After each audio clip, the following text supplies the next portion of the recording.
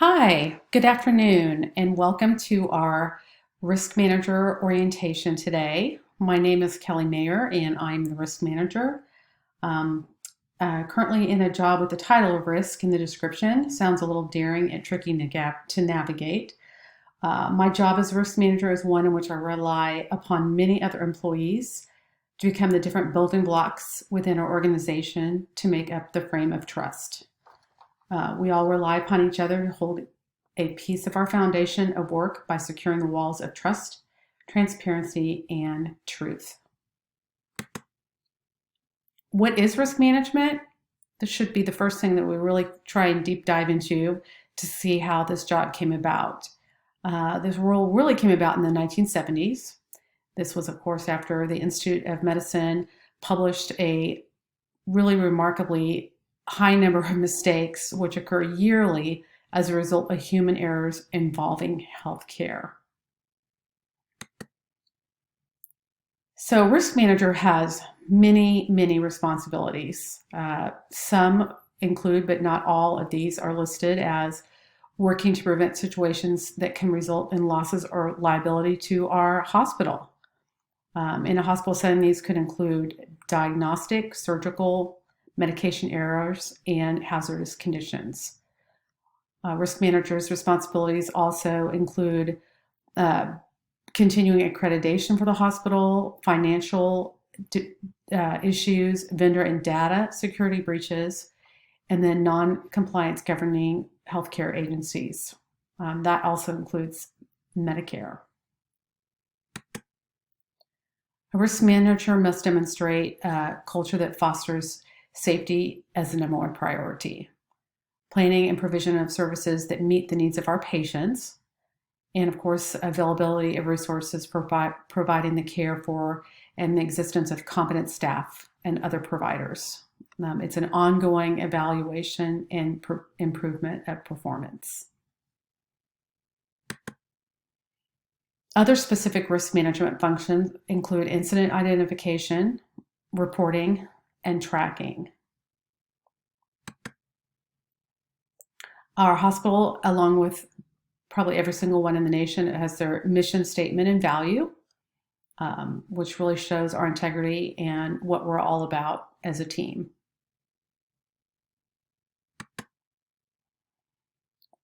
There's a lot of education involved with risk management. Just to highlight a few would be our Patient's Bill of Rights, which Patient Relations and Complaint Program, incident reporting, reporting responsibility for alleged professional misconduct, and a safety program department for specific safety practices. That's just one instance. Another one, of course, it would be product malfunction. Just some highlights on that is you're always to contact the risk management department whenever you have a product that malfunctions, and you're to notify the manufacturer as soon as possible to give them a heads up to help prevent this from occurring for other institutions. And then, of course, don't discard the malfunctioning equipment, product, or any of the disposable accessories. We have a whole system for tagging them and taking them out of the area so they won't be used and be looked at properly. So there is a lot of important information. Those are just a highlight of a few incidents that we are constantly keeping updated on. The main thing is just to know where all this information is actually kept. So if you're looking for material safety data sheets regarding any issues containing substances and products, those are all located on our hospital intranet. Any emergency procedures, highlighting just infant abduction, bomb threat, terrorist threat, code red, all of that information is as well located on the hospital intranet. And workplace support for employee safety and support, cultural sensitivity training, information about our employee programs that are available, our HOPE program, and benefits, those are all located as well on the hospital intranet. Specific Other specific implementation to reduce risk for the hospital are safety protocols like perioperative briefing, checklists, SBAR, the situation background assessments, and then of course our timeouts that we do in the OR. Those are all just a few of our specific implementations to reduce risks in our hospital. Of course, our hospital has many benefits that we would like you to be well aware of. Our employee assistance program, tuition reimbursement, our competitive pay, bonus for recruiting. We also have excellent insurance benefits, entertainment savings, coupon books, and of course the possibilities of transferring within the hospital. If you find the area that you're in is just really not where you'd like to be, or thinking of transferring, we ask that you just stay 6 months in one area before we're able to look for another spot for you in the hospital. And first and foremost, we want to establish that we care about you. We care about you and your safety. We've got cultural best practices here. We do sensitivity training. And in this day and age, we also have COVID pay if you would unfortunately become COVID positive. And we have a team, an entire team, employee support team that's there to support you during this time and assist you along the way, set up telehealth appointments for you if needed, many other support with FMLA, things like that in case you would be off for longer than 10 to 14 days.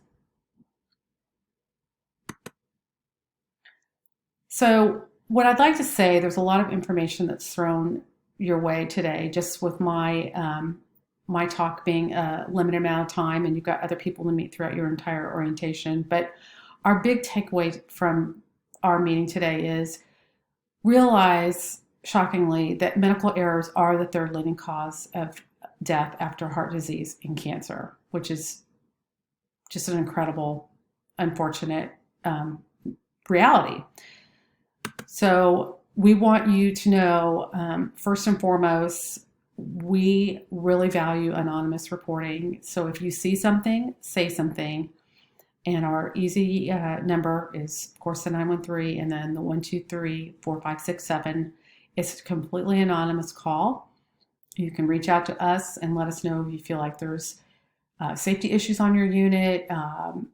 If you're seeing something that you feel is just not correct, please, if you've got that gut feeling, just give us a call and leave us a message and we will follow up on it. We have people reviewing this line daily. And lastly, we are thankful and appreciative you've chosen to work with us. We also feel strongly about exit interviews. If you choose to leave us for any reason, we would really like to hear from you. We value you. Things were happening that we weren't aware of. This is just another way to let us know what's going on and around the entire hospital, no matter what department you're in. And remember, your hospital is only as good as its employees. And that's why we care about all of our employees. And I just want to highlight on this, but any questions, I'm here to answer them. And then, of course, really all the information we're talking about is located on the hospital intranet for follow-up. Thank you again for your time today. I really appreciate it. And if you have any questions, you can also reach me at my email, and my phone number is listed. So again, we appreciate it, and thanks for joining us, and have a great day. Thank you.